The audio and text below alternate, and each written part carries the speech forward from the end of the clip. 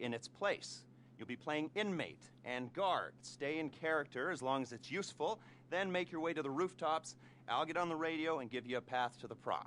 Meanwhile, the pilot will have picked up the plane and be waiting on the evac in the air.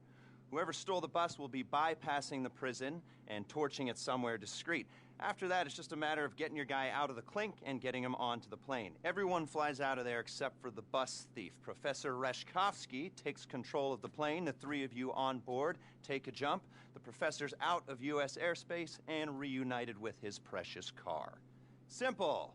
Should be the easiest money you'll ever make. Speak soon.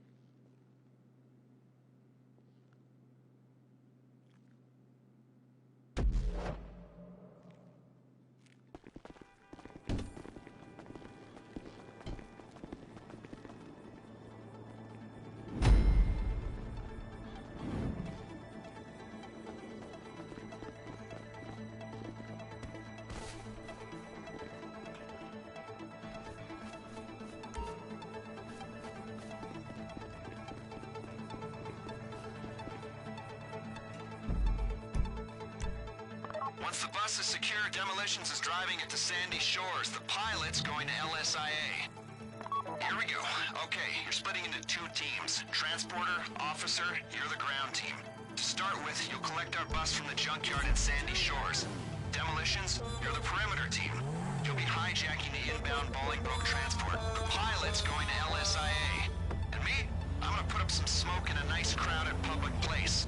We've given everyone an AP pistol and a special carbine, so there's no fighting over who's the favorite. Demolitions has got a jerry can and some sticky bombs too. Let's get to work.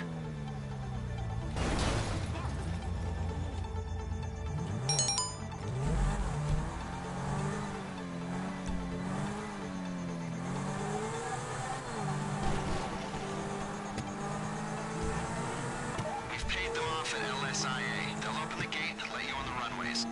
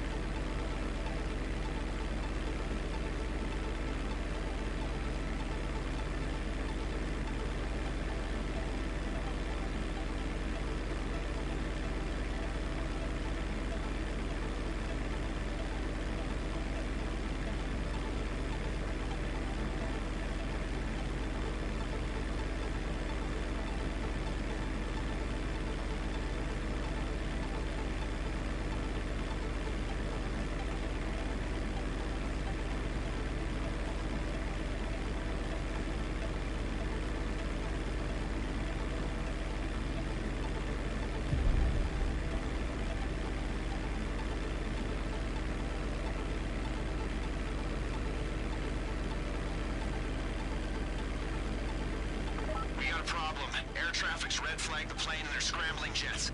Pilot, if they try to shoot you down, run evasive maneuvers. Stay strong up there. You need to hold off those jets until the ground team get Reshkovsky out of the facility.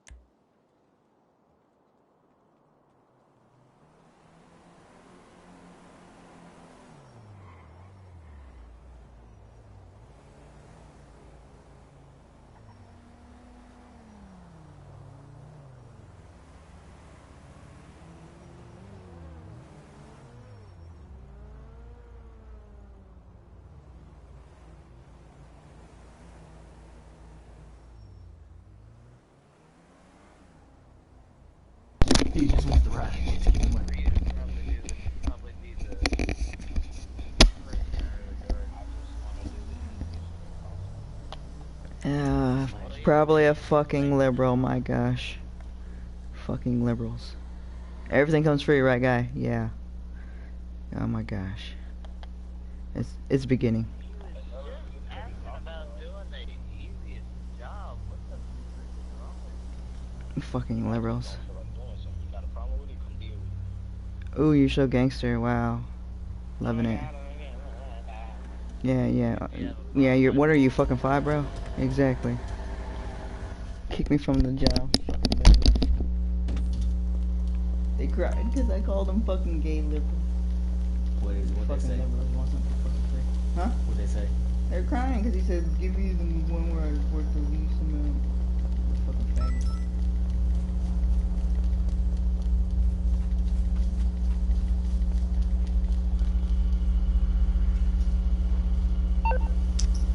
No, I said what they say when you call them that. They got quiet for a second. They were flabbergasted. Like, yeah, bitch. I run this shit.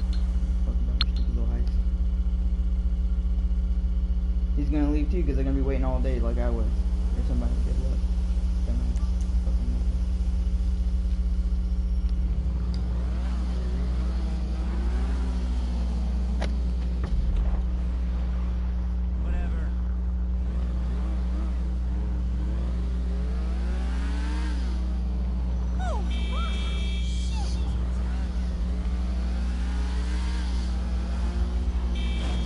Oh shit.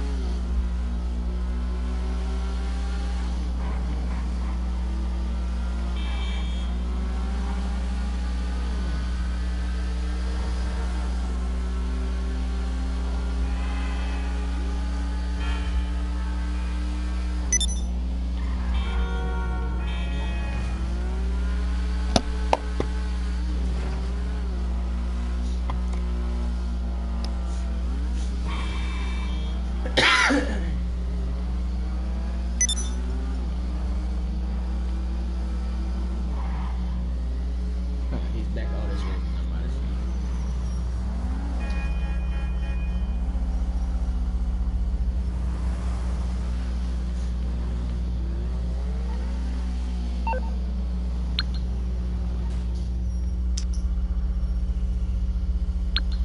That's it's a casino heist. That guy looking for prison break again.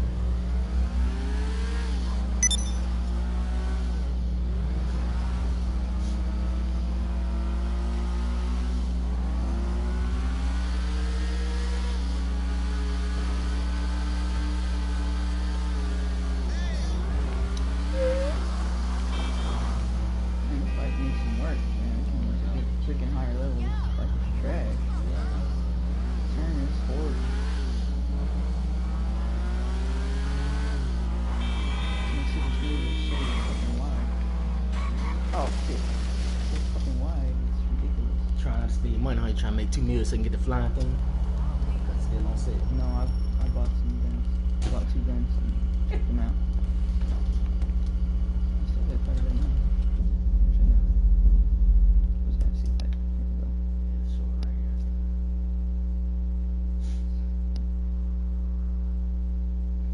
Only bought 2 guns. I bought a sniper and another one.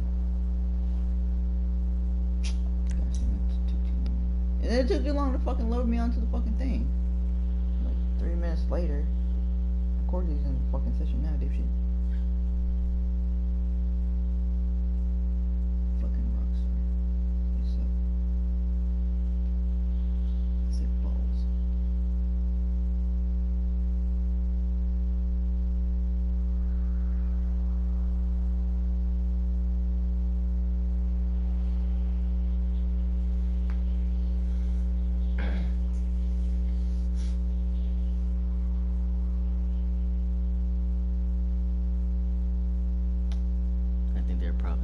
first time. They ain't gonna do it the first time. First time they just first time there they probably clean teeth, give you an X-ray, and then set your date. Well, once they look at it, they might do it right there and then.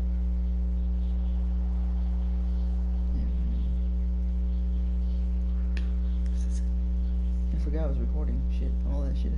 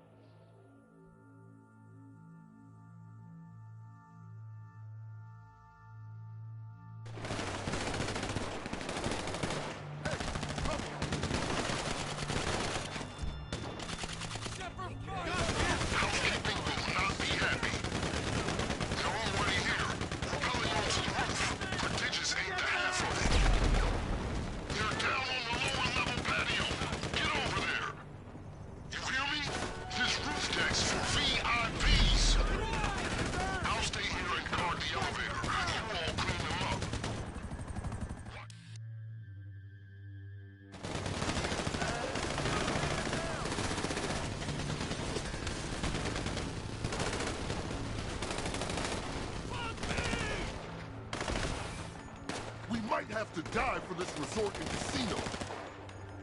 Behind the infinity pool, that's where they're coming from.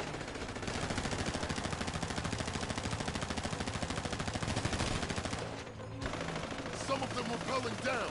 Eyes up.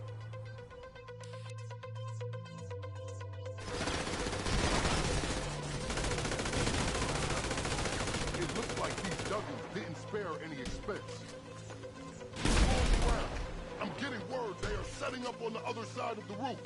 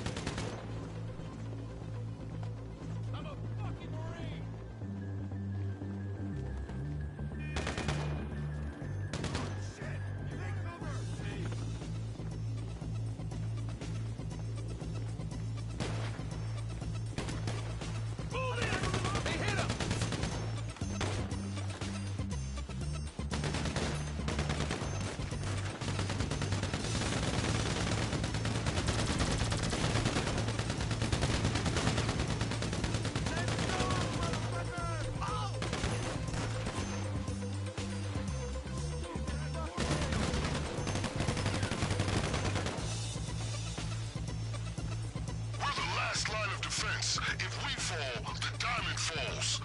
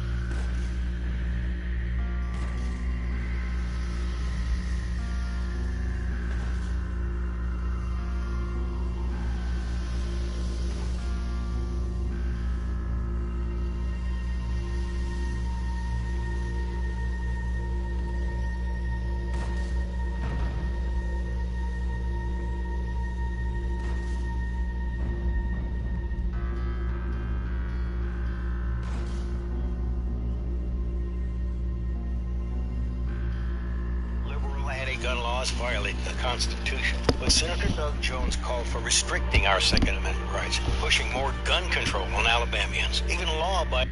Democrats haven't been this happy since they thought Hillary Clinton was going to win the 2016 election. But you would think that they would have learned by now to stop getting their hopes up after watching MSNBC or CNN. Sick and in isolation, Mr. President, you have become a symbol of your own failures. The president spent the weekend in Walter Reed Medical Center, which Democrats believe means laying in an ordinary hospital bed plugged into a bunch of machines, completely unaware that there's actually an entire presidential office suite there. And most importantly, he still has access to Twitter. Of course, Jim Acosta complained that when the president left the White House for Walter Reed, he didn't come over and say goodbye to the media. When the president came out, we asked him some questions. He didn't want to take any of those questions. Typically, this president, he likes to talk to reporters. You've seen this on so many different occasions. It's a beautiful evening. Would have been just fine for him to stop and talk to us. And he went right past us. The White House has been telling us all day long, no, he's just dealing with mild symptoms and so on. Honestly, Wolf, I think we're just going to need more information before we can take that to the bank. We did get more information, Jim. The White House then posted this message from President Trump showing that he was actually doing quite well. I want to thank everybody for the tremendous support. I'm going to Walter Reed Hospital.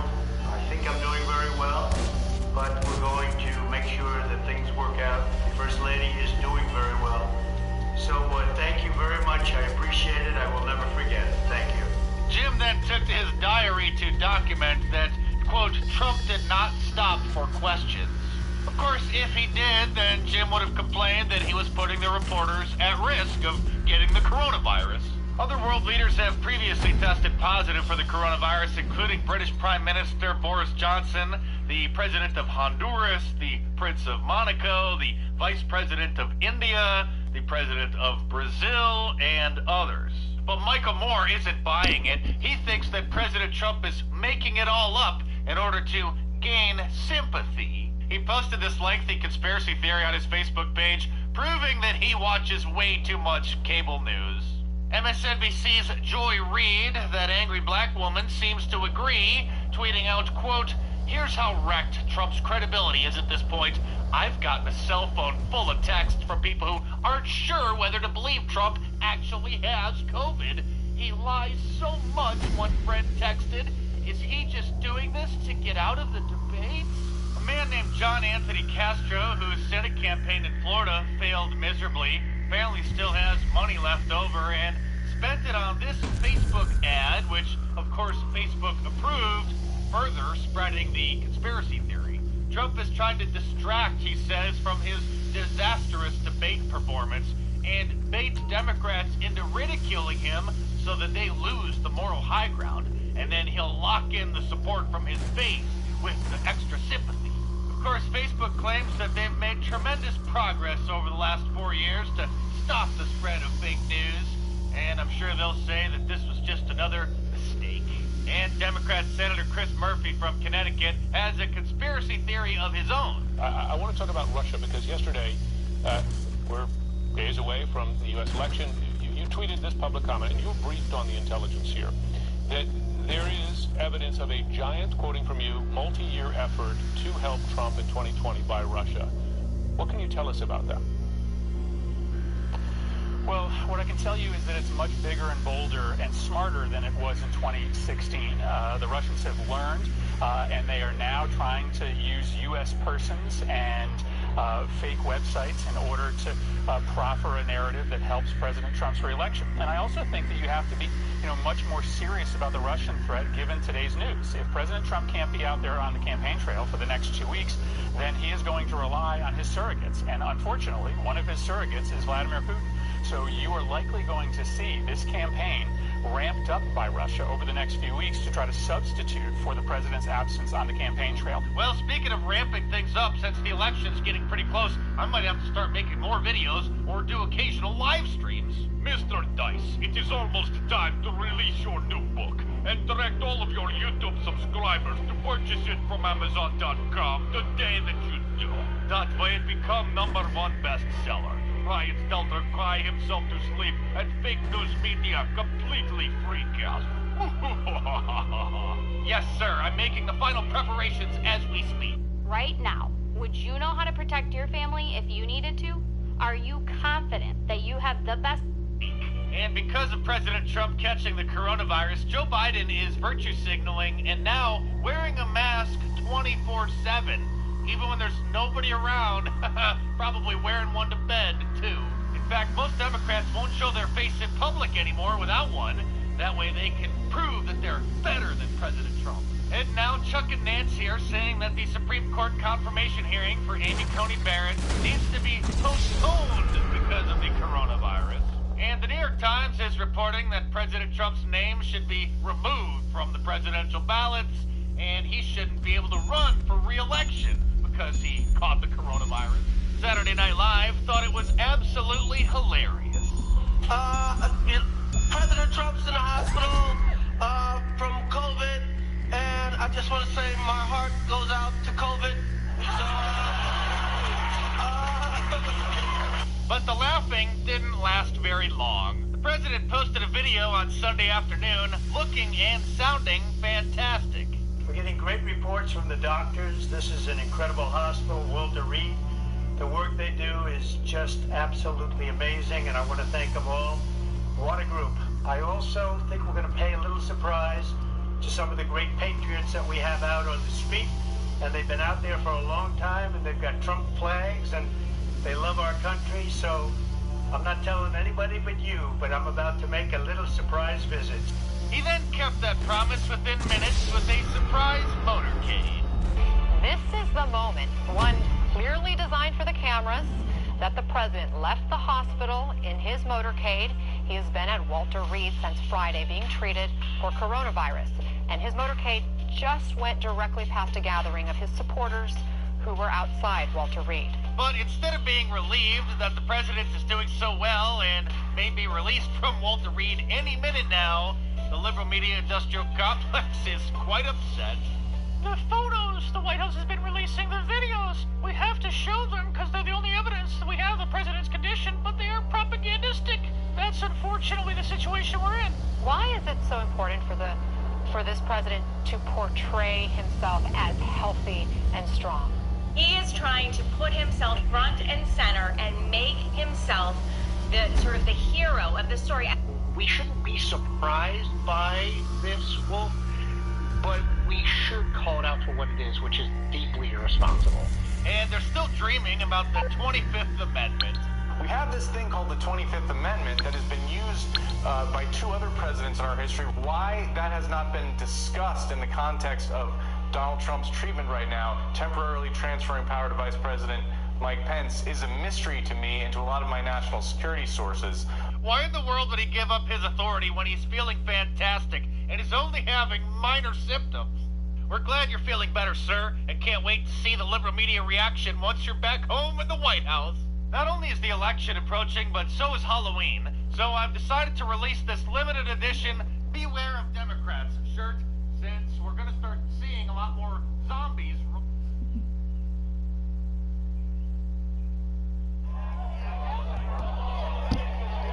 Why are you here out supporting the president? Because when half of our country did not have anyone to speak for them, Donald Trump had the courage and backbone, despite persecution, to speak for us and have commonsensical stances on major issues that we were not represented with. So the least we can do when he suffered so much to represent us is to come out here and let him know that the love for him is so great, and we don't always have the media megaphone like hatred does, but we're enormous. We love him. To give someone a voice, the very personal thing, is one of the greatest gifts you can give someone, and he's given half of our country that. And let's go. It's personal. The love for him is personal, and when people attack his presidency, they attack my voice and my vote, which is my most sacred freedom as an American. So this is personal, and that I consider him family at this point. Come 2020. If you could talk to Trump right now, what would you tell him?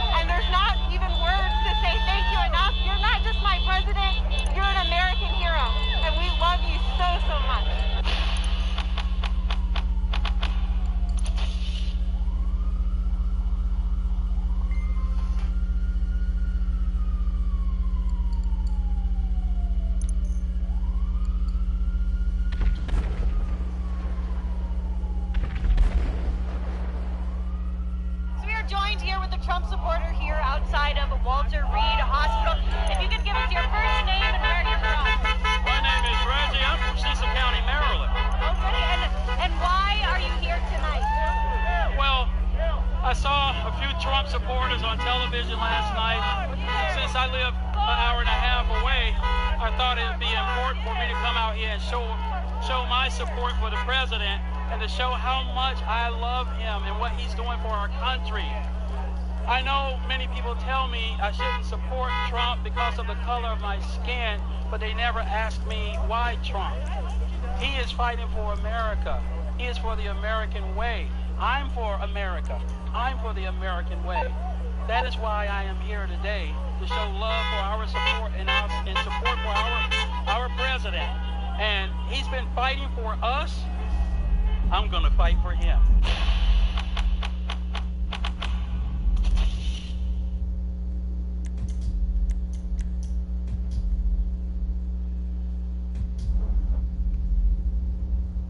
So after a day of a fair amount of confusion, a heavy dose of speculation, it remains best to go straight to the source. We got to see from the president directly last night. And our next guest has known the man for decades and spoke to the president yesterday.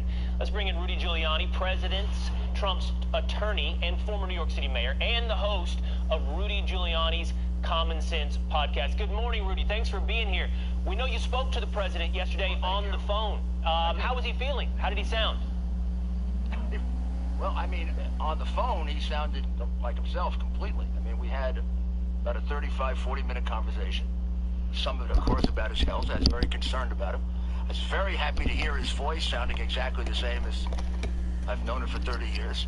And then after we talked about his health, we started to talk about politics. And he gave me a lot of notes to give to the campaign about what they should do and how they should do it. And even wrote out a kind of speech. I had to kind of get him off the phone, so we went back and rested. And he did say that he'd love to get out as quickly as possible. He feels like he'd go out now.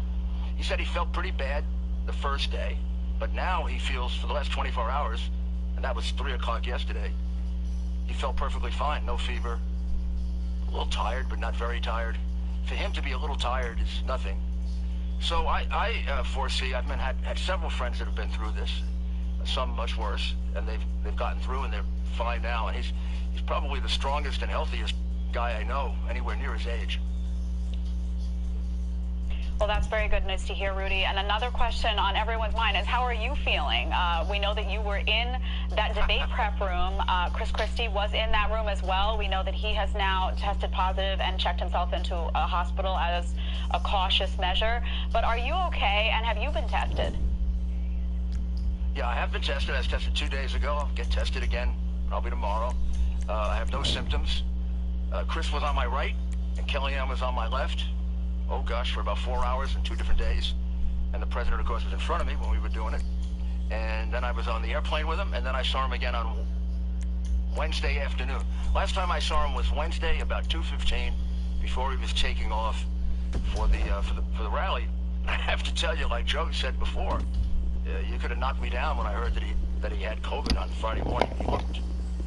He looked perfect. I mean, he looked really good. So these things are strange, and how can you explain it? Chris here, Kellyanne there, they both have it, and right now I don't. So you just don't know. And I think the thing the president, I think, wants people to know is we've got to face up to this illness. We can't. I mean, he could have chosen to go hide somewhere in the White House for 5 months. Particularly, since it's pretty nice here and you can communicate with them. He said I couldn't do that. I said I had to cautiously start to go out and lead the way back. If I didn't leave, who was going to leave? If I stayed holed up there, the whole economy would stay holed up. God, I really relate to that. That's what I felt on September 11th. I felt like I had to get out in front. I had to leave. The city was going to take a little while to come back. Maybe I was taking a little risk in getting to come out so fast, work down there. But life's got to go on. We have to live with risk. We've got to teach our children that. I didn't get COVID, but God forbid something else could happen to me in 20 minutes. You don't stop living. And COVID now is treatable, and COVID now is at a mortality, fatality, whichever rate, which is within the norm for a serious illness. So it's no longer what it was 4 or 5 months ago. We act like 4 or 5 months ago. We were all hiding behind chairs have big masks on all the time. Gosh, but our economy will never get going, so wear a mask, cleanse your hands, be careful, don't be paralyzed, please, please. Our economy has to come back to the good of our children. We get this economy back, and we assert ourselves as the most powerful nation on earth, because otherwise, you know who will? The country that attacked us, China. And they attacked us. I hold them responsible. I hold them responsible for what happened to my president yesterday, the day before yesterday, and everybody else. That was a very important point, Mr. Mayor. Great point. And you're saying that you had to kick the president off the phone after 40 minutes. Sounds about right. Good information. So you mentioned leading after 9/11, unprecedented time, and the president is channeling that. What's your advice to him, having spoken to him about the next couple of days going forward? What action should he be taking at this moment, you think? Well, it's a little like a baseball player. I love baseball, and baseball players get injured, and sometimes they come back too fast, right, Pete? And they get football players, and they get really injured. This isn't going to be long. We're talking 3 to 7 days for a recovery, but he should listen to the doctor. And this is a chance for us, all of us who he's carried for 3.5, 4 years. I mean, we watch this man, and those of us who love him and care about him, makes you want to cry to think of what they've done to him. Every single day he's been in the White House, they try to get him out. From the day he started until now. I mean, last week Nancy Pelosi wanted to impeach him because he nominated Judge Barrett.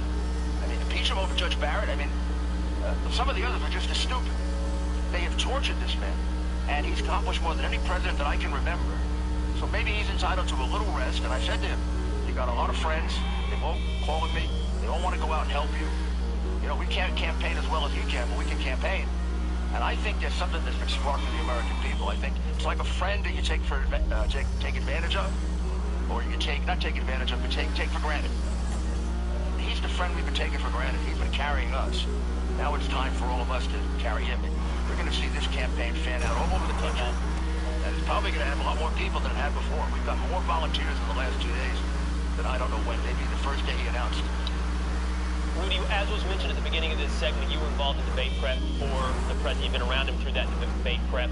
The next one on the schedule, though, is the vice presidential debate. Kamala Harris is already out there in Utah ahead of her debate. I want you to listen to something she had to say, and then see if we can get some advice from you on how Mike Pence might prepare for this debate. Listen to this. Sure. Let's put our shoulders to the wheel.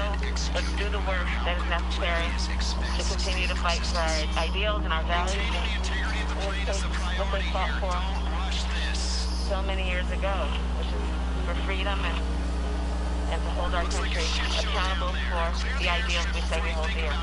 So it's great to be here. I'm really honored to be here. I'll be here for the next few days preparing for the debate, and I want to thank the people in Utah for being so welcoming in such a warm way. Rudy, this debate between Vice President Pence and Kamala Harris has got to be very different from the one that took place a week ago. What would you see going forward? What advice would you give? Well, I think it's, the vice president is a terrific debater. He's a very, very strong speaker. He's really smart. I think he's going to point out what the administration has accomplished. And also, I think most importantly, we are having a recovery. We're having a recovery that's better than anybody expected. I mean, the guy who gave us the best economy possible is giving us a recovery that's 5 times faster than all the experts predicted. It would be tragic to try to interrupt that with somebody like Kamala Harris, who wants to have, she's not going to have any problem with that whole green thing there. She'll have no problem at all. I mean, she's big in favor of it. She wants to raise taxes to about 60, 70%. She endorses the entire socialist program. She's one of the authors of it. So, I mean, he's got to point out who she is. She's very, very massive spending socialist. And then her record as district attorney, gee, I'd love to take that apart, because I was a U.S. attorney. She's one of those that I consider one of the most disgraceful U.S. attorneys. She put little people in jail and she let people go. 1,500 marijuana smokers, and then a bunch of big gangsters and gang members went free because she couldn't convict anybody. So she went after the little people to get statistics. I can pick that out in a second. A certain number of prosecutors like that. They're usually too ambitious and not very ethical. So I think he's got to go after her and point out who she is. This is a wolf in sheep's clothing. This is a true socialist. And given the fact that Joe Biden doesn't seem to be, as kind as I can say it, that sharp, and gets pushed a little, if his positions change all the time, we don't know where his position is on the Green New Deal. He was for it, against it, and now he's slightly for it. She endorsed it. Endorsed it. And a $4 trillion tax increase. $4 trillion tax, and another $3 trillion for that. That's socialism, Pete. That's a true, absolute socialism. And then, Rudy, I'm just curious. I'm just curious if you. I don't want to interrupt, but I don't want to run out of time. Have you spoken to Pence at all about debate strategy as he heads into this? You know, COVID-19 is now going to be a front and center issue at this debate, perhaps more than ever. I'm just curious if you've had any conversations with him about strategy, how to approach that issue, or anything in general. A different team is preparing him. I have talked to him here and there, but not like in a formal sense. Given the way he performed last time and knowing him as well as I do, there's no reason for it. People who are doing it are doing it, and both he and the president, they don't prepare like in a rehearsed way. They prepare for questions and answers. You know what? Here's the answer. Did I get all the facts in? Here are a few more facts. Or maybe it's better to say it this way. It's a much more satisfying way to prepare than sort of kind of acting out the debate. And I think it works very well with the president each time. Unfortunately, we have to leave it right there. I can talk to you all morning long. You is the guy who took on the mob. Everybody say a prayer for him guys. And him. Amen. Absolutely. Oh, yeah, these guys are nothing compared to the mob. They're zero compared to the mob. Mayor Giuliani, one of a kind. Thank you so much. We appreciate it.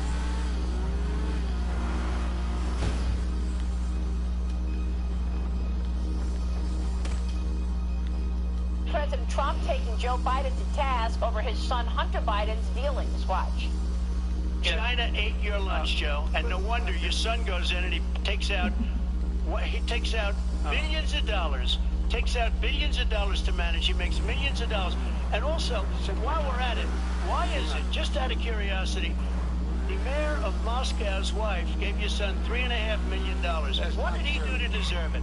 What did he do with Burisma to deserve $183,000? Ask the question, let him answer.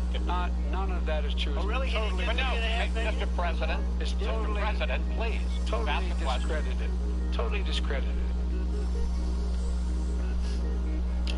Joining me right now is California Congressman, ranking member of the House Intelligence Committee and House Ways and Means Committee member, and author of the new book, Countdown to Socialism, Congressman Devin Nunes. Also joining the conversation all morning this morning, Dagan McDowell, and former senior advisor to the Clintons, the president of the Stagwell Group, Mark Penn. Great to have everybody this morning. Thank you so much for being here. Congressman Nunes, thank you so much for being here. I want to read you Kimberly Strassel's comments after Joe Biden and the Hunter Biden news. She says, why is Biden allowed to repeat that the facts about Hunter, as put out by the Senate committee with data from the Treasury Department, are discredited? Every newspaper has quoted the money Hunter took from Ukraine to China. It's all true. Even Hunter admitted it. And yet Biden stands there last night and says it was all debunked. Well, look, Maria, it was a little bit of deja vu where you had Biden, essentially the avatar candidate, regurgitates talking points. And it was like being in an alternative universe. You had Biden still last night accusing Trump of having something to do with Russia. And meanwhile, no one in the mainstream media, including last night, pushed for Biden to answer the question. You've been attacking Trump and Republicans for having something to do nefarious with Russia for 4 years now, and he won't answer the question why his son took $3.5 million from a well-known Russian oligarch with ties to Putin. It's simply amazing that he's not pushed to answer that question. It really is, Congressman, and of course we got the Senate Intel report this week that showed that they wiped 29 phones in the Mueller investigation, and then this declassification last night from John Ratcliffe, breaking news that I first reported years ago about speculation that this was in fact the case. It's a bombshell. New Crossfire Hurricane documents released by DNI, John Ratcliffe, and Ratcliffe... I'm otherwise occupied, so call back later. Lindsey Graham, that Hillary Clinton approved a plan to link then-candidate Donald Trump to Putin and the Russian hacking of the DNC. The letter says that the Obama administration was briefed on the allegations as well. And here's what it says. On September 7, 2016, U.S. intel officials forwarded an investigative referral to FBI Director Jim Comey and Deputy Assistant Counterintelligence Head Peter Strzok regarding, quote, U.S. presidential candidate Hillary Clinton's approval of a plan concerning U.S. presidential candidate Donald Trump and Russian hackers hampering U.S. elections as a means of distracting the public from her use of a private mail server. Of course, if you've been watching Devin Nunes, on my show, Sunday Morning Futures, or on all shows, you said this a long time ago, your reaction to John Ratcliffe's declassifying this news. Well, the only new difference now is that we now know that the top people in the Obama administration and the FBI knew about this investigative referral. That is new news.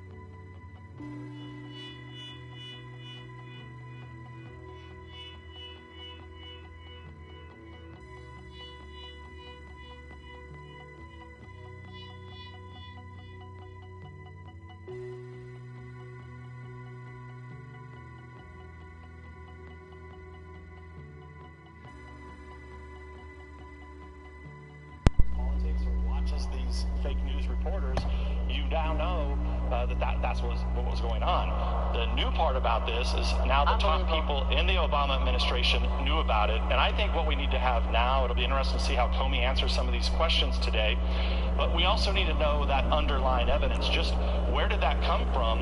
Was it really ever investigated? Because look, if you go back to that late 2016 time frame, when that information comes to you as if you're in counterintelligence within the FBI, and you already have this circumspect... You're through to your garage. You need me to bring you a ride? ...to the Republican Party about ties to Moscow, you get something like it's on the way. Should have stopped immediately. It kind of shows that they had intent, that they had motive, that they knew about this, and somebody told them to either bury it or they decided to bury it on their own, because it sure would have blown apart the investigation that they opened up at the end of July. We're talking about all the way back in 2016, if you can believe it.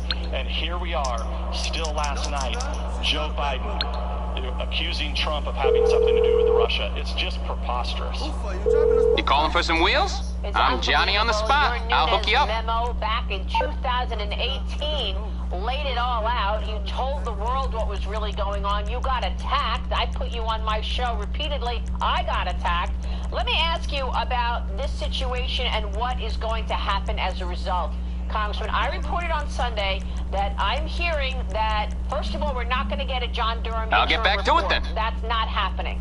And it's unlikely we're going to get indictments before the election, because there's this debate going on at the DOJ that if Durham comes out with his conclusions for the criminal investigation before the election, it might seem motivated by politics. Are we going to see accountability? And what do you make of now this new information that Durham has expanded his investigation to actually look at the Hillary Clinton email scandal as well? So the answer is we truly don't know. I know that you have your sources, but I don't know that. You need something, huh? One of your rides? is running a legitimate investigation. Compare this to what the Mueller team did with that whole witch hunt.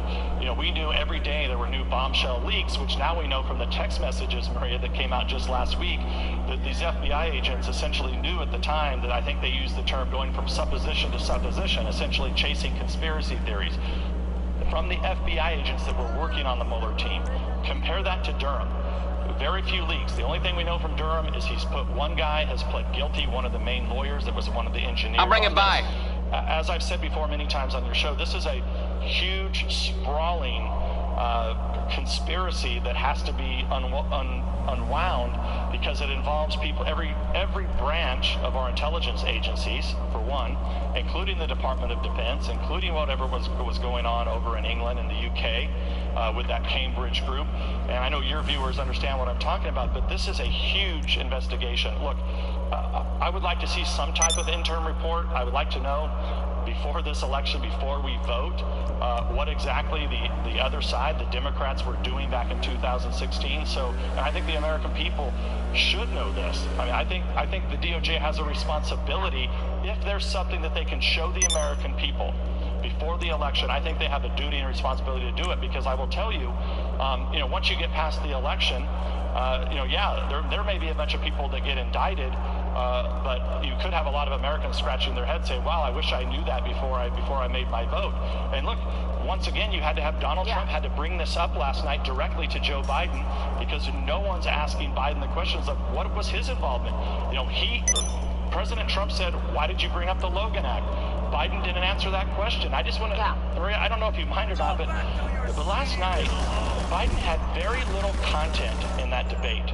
Matter of fact, there were only two things that I could make sense of that he actually said of any consequence. One, he was going to raise the tax rate back up to 28%. Now, you know this.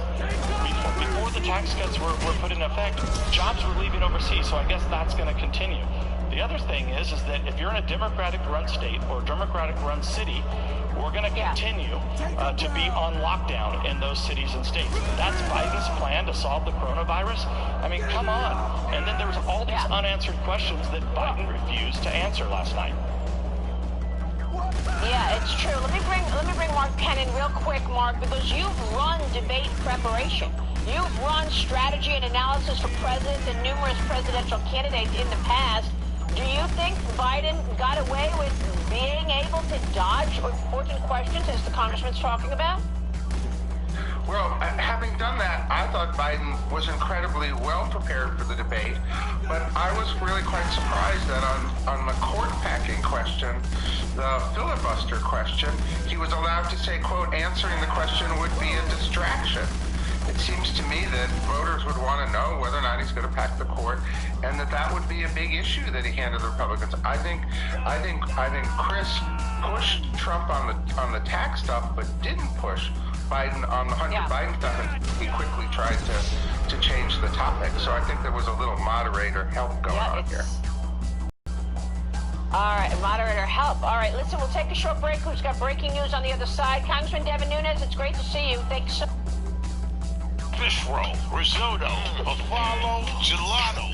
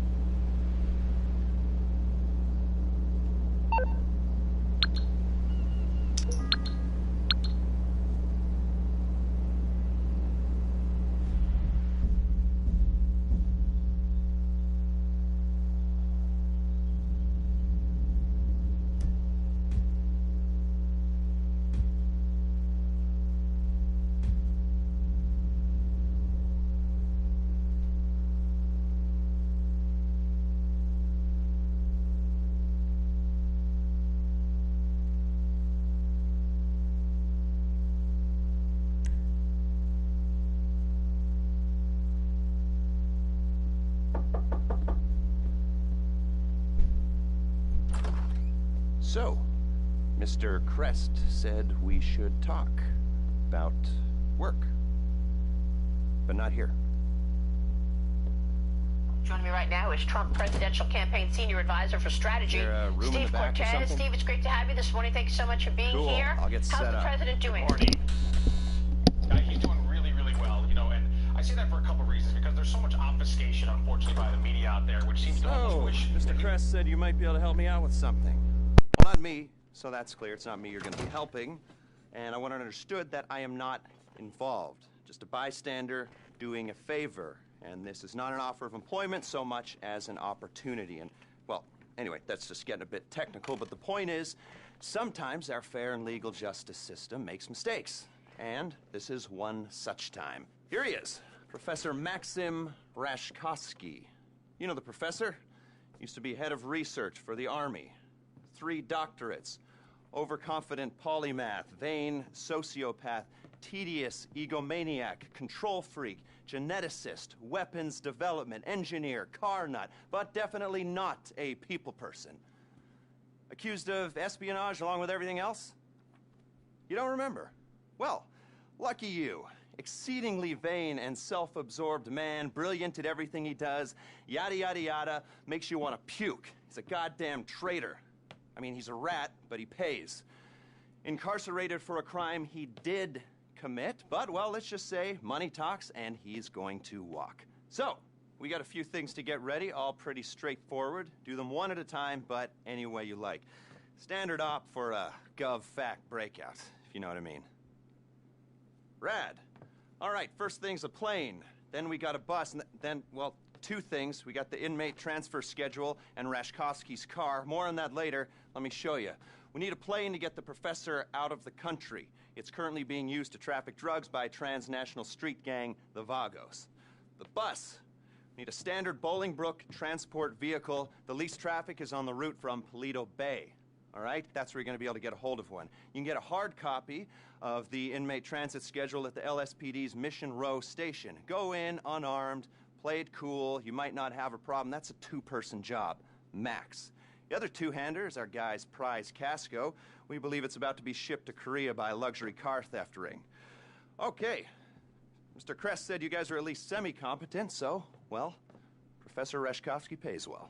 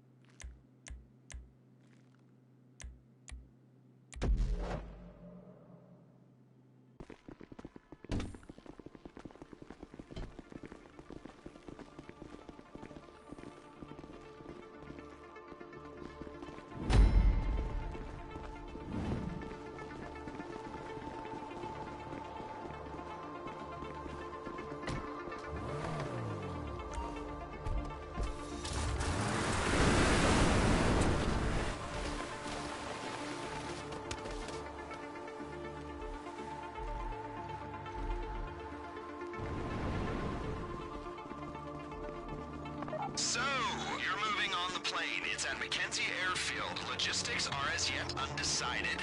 Go in how you like, but go in with a good supply of ammunition, armor, and maybe even explosives. It's gonna get kinda heavy. Like I said before, the airfield is under Vagos control. They're using the plane to make trafficking runs across the border. That means it's already set up to take Reshkovsky out of the country. Limited radar visibility, plausible cover story, it's perfect. Don't let the fact that there are a bunch of angry drug dealers waiting for you affect how you go in, or actually do.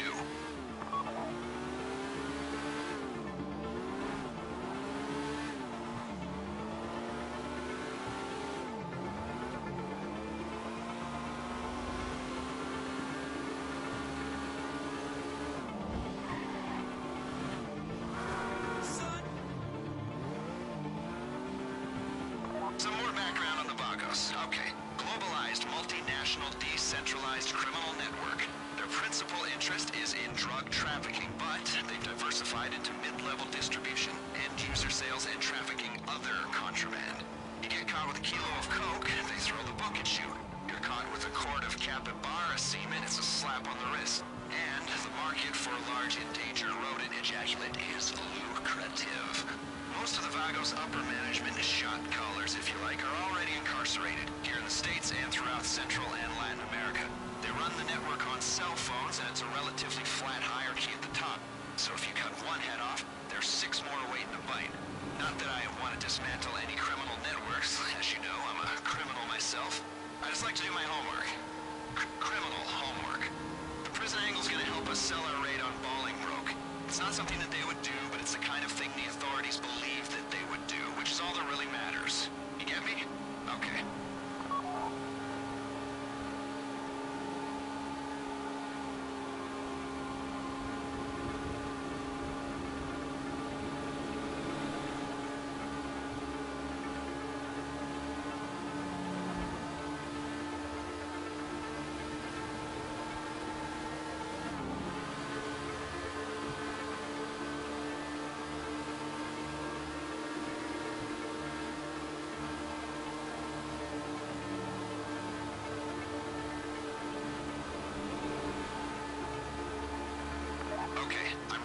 To the airfield.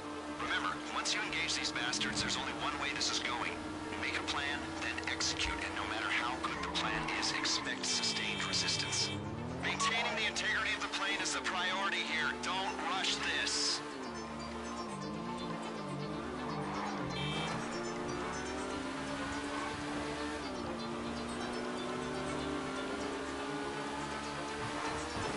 Looks like a shit show down there. Clear the airstrip before you think about taking that bird into the sky. If the plane gets shot up, we're back to Alpha. Keep it up down there. The more noise you make at the airstrip, the more plausible the cover story becomes.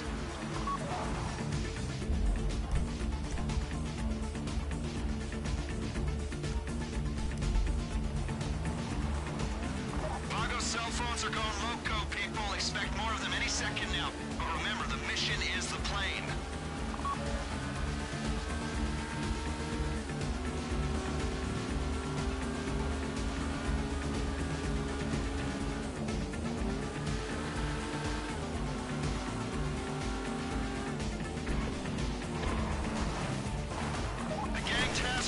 Send us a thank you for this. Even more Vagos coming at you.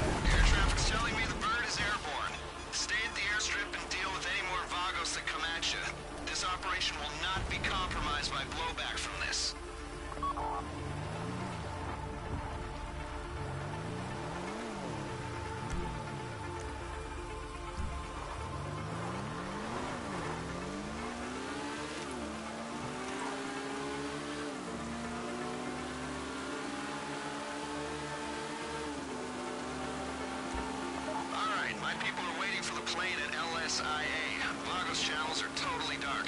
I would not expect any more